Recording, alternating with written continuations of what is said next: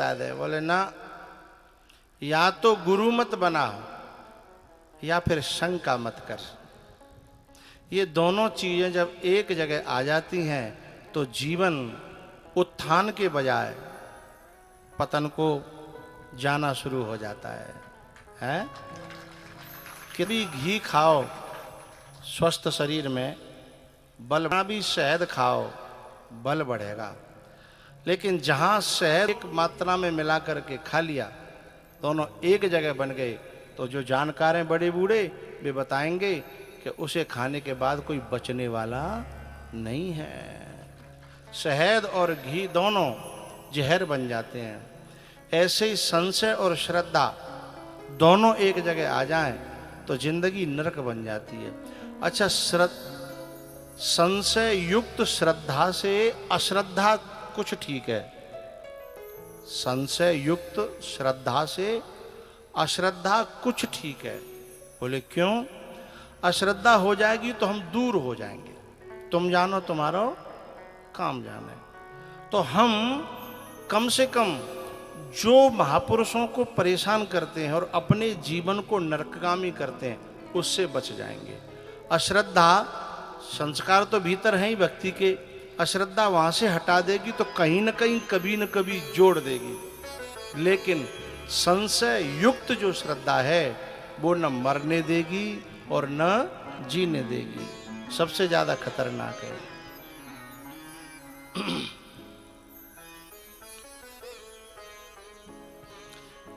एक होता है मरना और एक होता है जीना, और दूसरा इनके बीच में एक और होता है जिसकी छीछाल इधर कहते हैं, न मरे और न। तो गोपी से भगवान ने कहा कि मैं तो तोते कही नहीं कि तू मैं गुरु बना, तू ही आई थी ना, तू ही प्रार्थना कर रही थी। लेकिन जब तूने अपनी श्रद्धा से अपने भाव से मुझे गुरु बनाया तो तू अब भला होगा कि बुरा होगा, गलत होगा कि सही होगा, तू मेरे ऊपर छोड़ दे। मैं वादा करता हूं तूने जब गुरु पद पे बिठाया है तो तेरा बुरा नहीं होने दूंगा, कुछ न कुछ अच्छा होगा। लेकिन भैया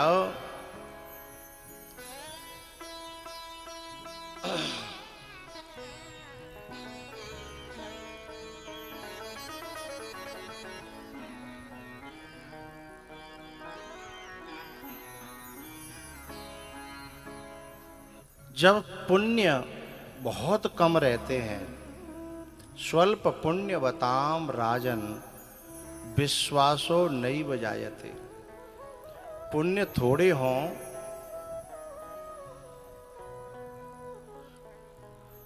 तो महापुरुषों की और ग्रंथों की और संतों की बातों में विश्वास का उपजना बड़ा मुश्किल होता है। पुण्य कम हो तो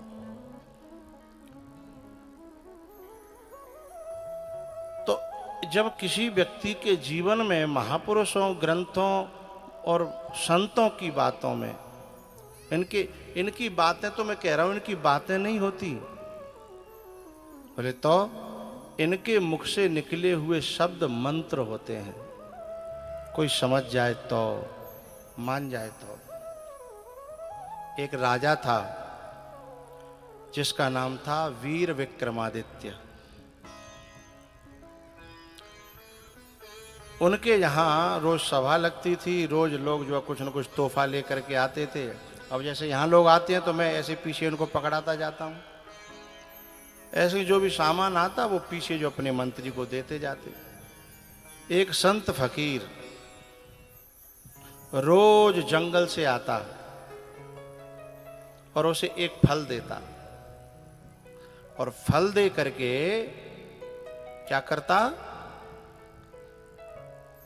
चला जाता चुपचाप, और वो फल को किसको दे देता, अपने मंत्री को। ये सिलसिला सालों चलता रहा, कम से कम 12 साल बीत गए। न इसने कभी राजा को फुर्सत मिली उसे पूछने की कि तुम क्या फल लाते हो, और जब तक कोई के अंदर जिज्ञासा पैदा न हो और अपनी ओर से तुम बाकी मुंह में कछु ठूसोगे तो वो आदमी उल्टी करेगा, है क्योंकि पानी में मिठास आने के लिए प्यास का होना जरूरी है। 12 साल बीत गए। एक दिन क्या हुआ, मंत्री जी एक बंदर लेके आए, लंगूर, उनका पालतू था, अचानक ले आए, संग में बिठा रखो। तो जैसे ही वो महात्मा ने फल दिया, विक्रमादित्य ने बगल में डाल दिया, मंत्री जी को दिया। मंत्री जी ने जैसे ही बगल में रखा, सोई वो जो फल था वो लंगूर ने खाया। जब लंगूर ने खाया तो खाने के बाद उसके मुंह में से जो गुठली के रूप में जो निकला वो बहुत बड़ा हीरा था। एकदम उसने जब लंगूर ने बाहर फेंका सो वो इतना चमकता हुआ हीरा, राजा दंग रह गया विक्रमादित्य। मंत्री से कहा, बोले इस हीरे की कीमत जरा बुलाओ। वो आया, बोले महाराज तुम्हारा पूरा राज एक तरफ और ये हीरा एक तरफ। राजा ने माथा पकड़ा। 12 साल हो गए वो महात्मा के ऐसे फल को। वो मंत्री से बोला, वो फल कहाँ है? आज तक जितने उस संत ने दिए थे वो फल कहाँ है?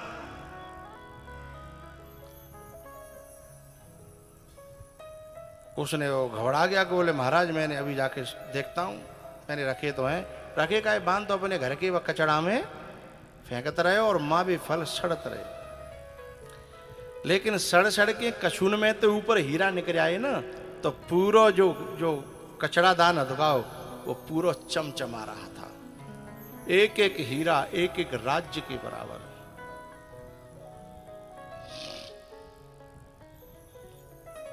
मंत्री ने कहा महाराज हीरा वो फल मिल गए। उन फलों को जैसे ही राजा ने देखा वो महात्मा को याद करने लगा, लेकिन उसके बाद महात्मा आया नहीं। हमें महापुरुष किसी न किसी रूप में बहुत बड़े बड़े हीरे मोती देते हैं, लेकिन हम उन्हें अनादर के साथ अपने कचड़े के डिब्बे में फेंक देते हैं। पल पल पे वो लोग, क्योंकि हमारी वैभव से, विकारों से, शोरगुल में उलझी हुई बुद्धि इतना टाइम कहाँ दे पाती है कि उनके दिए हुए शब्द रूपी फल में से निकाल करके उस शब्दार्थ के हीरे को हम जान सकें। हैं? इतना तो हम उसमें समय ही नहीं है हमारे पास, क्योंकि हमारे पास तो बहुत काम है ना। हर समय महापुरुष के शब्द में बहुत बड़ी गहन एक हीरा छुपा है, जैसे हम लोग गाया करते हैं ना, राम नाम के हीरे मोती मैं बिखराऊं गली गली, ले लो रे कोई राम का प्यारा मैं शोर मचाऊं।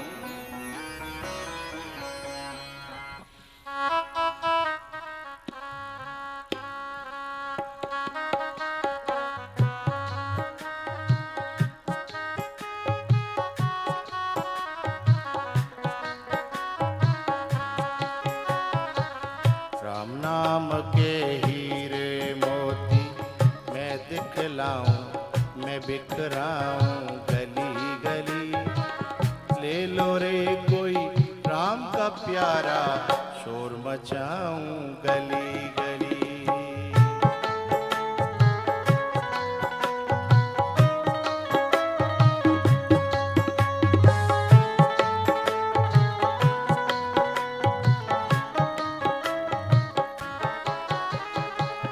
अरे हमने इशारा कर दिया भाई,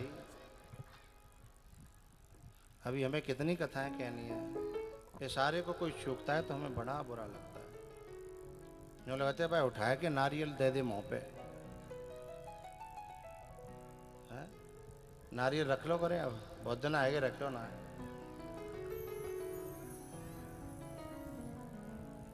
राम नाम के हीरे मोती मैं बिखराऊं गली गली, ले लो रे कोई राम का प्यारा शोर मचाऊं गले।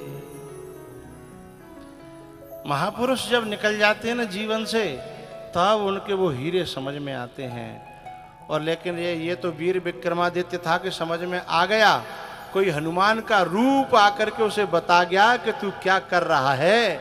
यदि हमारे जीवन में वो भी आ जाए तो शायद फिर भी हमारी समझ में न आवे। ऐसी हमारी जिंदगी है। भगवान ने कहा कि तूने यदि गुरु बनाया है तो तेरा बुरा नहीं होने दूंगा, बस थोड़ा सा विश्वास कर ले। अब तू विश्वास नहीं करेगी तो फिर मैं कितनो बड़ा परमात्मा हूं, लेकिन मैं कल्याण नहीं कर पाऊंगा। एक बात आपसे ठोक करके कह रहा हूं मैं, महापुरुषों की कृपा से, परमात्मा में भी दम नहीं है किसी का कल्याण कर जाए। परमात्मा किसी का कल्याण नहीं कर सकता। दुर्योधन का क्यों नहीं कर दिया?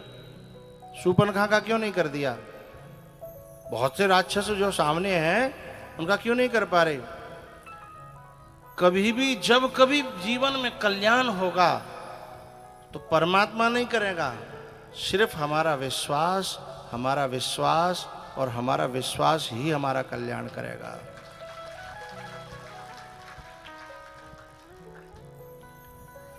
महापुरुष की सारी कोशिशें सब बेकार चली जाएंगी यदि हमारे पास विश्वास का पात्र ही नहीं है।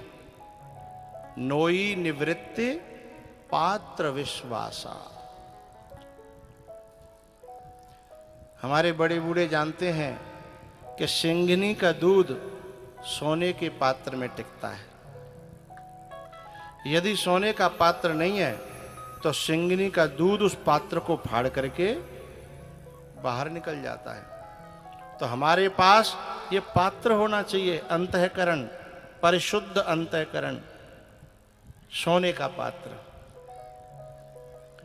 तो महापुरुष बहुत जल्दी कल्याण कर देंगे, बहुत जल्दी।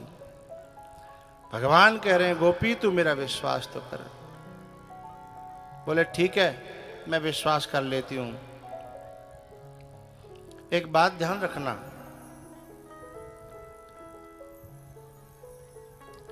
जिस समय बीज को फलोन्मुख करना होता है उस समय प्रक्रिया उल्टी होती है।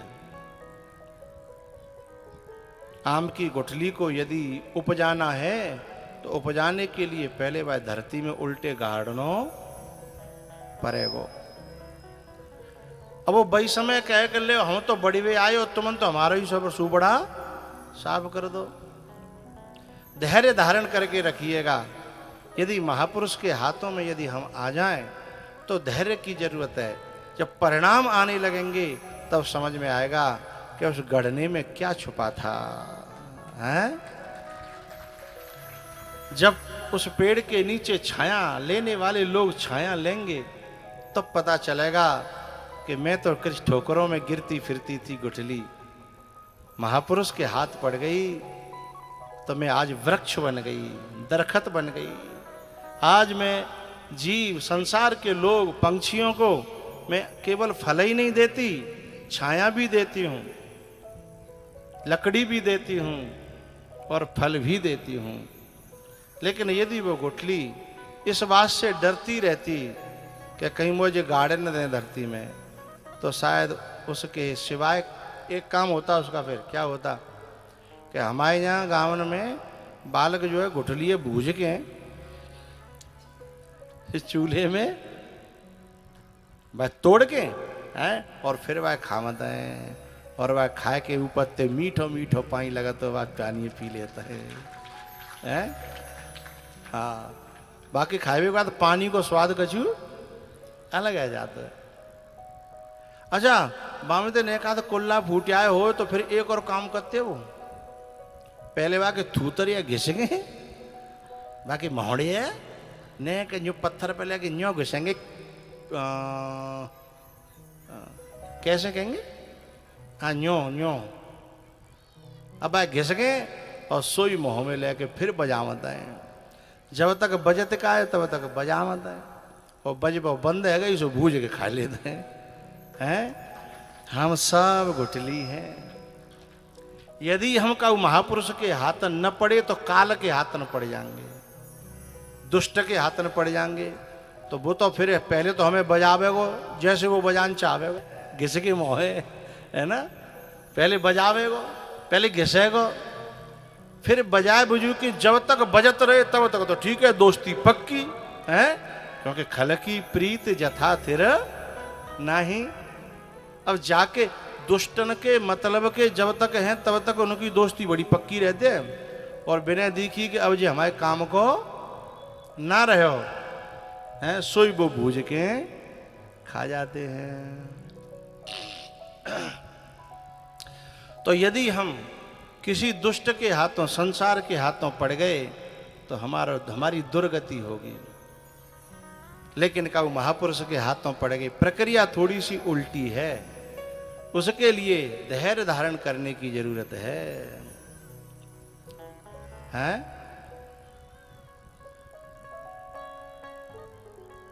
तेरी बिगड़ी बना देगी।